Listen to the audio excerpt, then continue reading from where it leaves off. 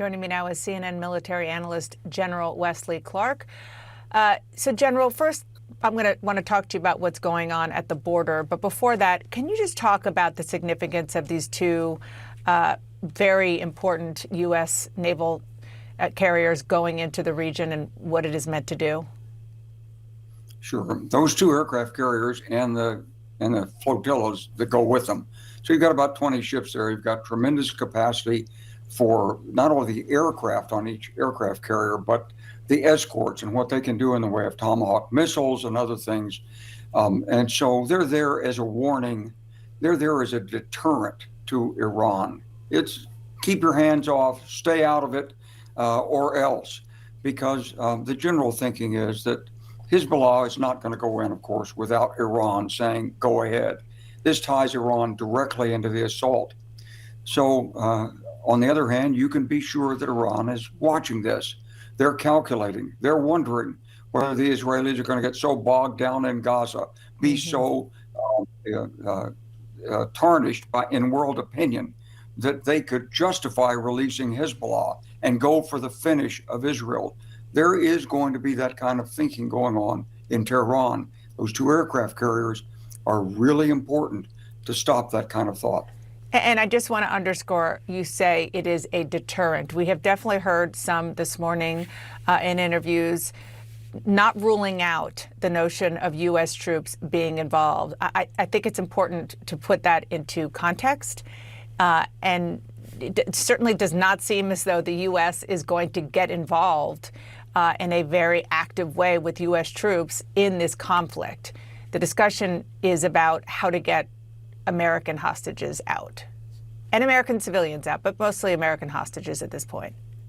Yeah, that's right. And I'm sure that we've got a joint planning going on right now with the Israelis. If we could locate the hostages, if it's possible to put in an extraction mission, sure we would work with the Israelis to do that. But there's also the possibility of those U.S. forces in the north actually having to engage should Hezbollah decide to launch its 150,000 rockets against Israel. And Iran should be under no illusion. Those ships are not just there for show.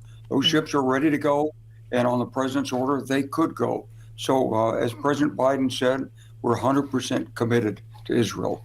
We're not going to allow the destruction of Israel. I really want to get your perspective on what is happening inside Gaza and the idea that, according to the White House, Hamas, they're the ones who stopped Americans from getting into Egypt via the Rafah border crossing.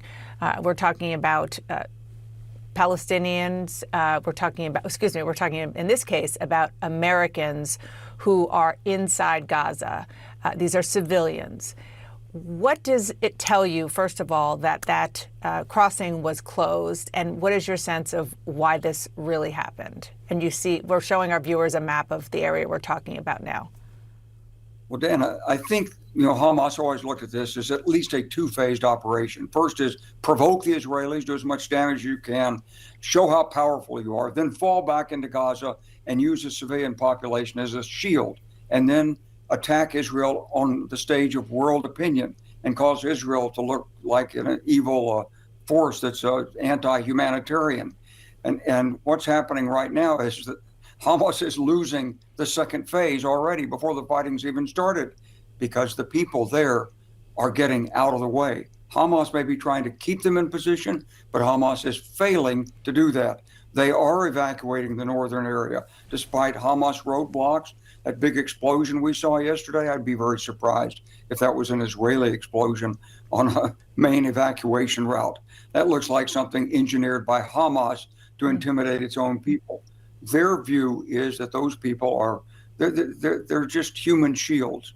They're collateral. They don't care about those people. What they're interested in is the destruction of Israel. And so the poor people in Gaza, as President Biden said, they're not all Hamas. There's a lot of really innocent people in there. Mm-hmm. They need to be protected too, and the United States and Israel are doing the best they can to do that. At the same time, Hamas needs to be eliminated, and that's what the Israeli objective is going to be eventually. But in this phase, it's already underway. Hamas is losing control of the population, And that's a huge loss for Hamas. Just to underscore, we're out of time, but just to underscore what you just said, that Hamas, which is supposed to be the leadership of Gaza, is trying to prevent innocent civilians from getting out of harm's way, getting out of a war zone, because they think it helps them in the propaganda war. It's really important to talk about the difference there. General Wesley Clark, thank you so much. Appreciate you coming on.